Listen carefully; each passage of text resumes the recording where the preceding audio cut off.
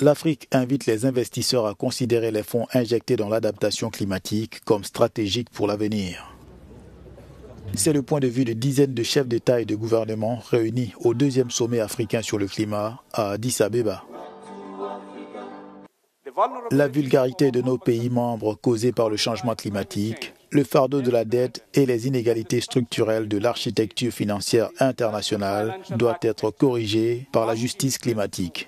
Nous avons besoin d'une véritable coopération pour la mise en œuvre d'un plan d'adaptation de notre continent en fournissant des ressources financières, des technologies et de l'expertise.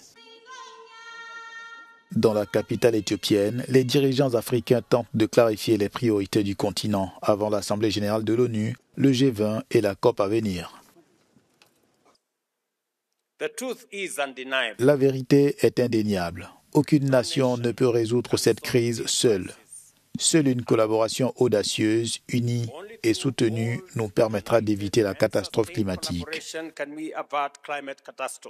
L'isolement n'est pas une stratégie gagnante.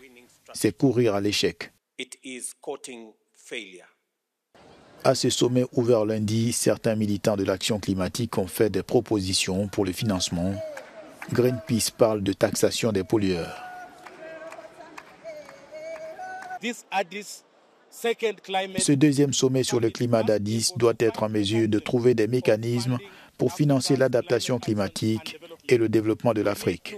Nous devons faire payer les pollueurs qui sont à l'origine de cette catastrophe climatique. Nous devons taxer les pollueurs. Nous devons taxer les plus riches pour qu'ils puissent générer des ressources et les faire payer pour le pillage climatique qu'ils font subir au continent.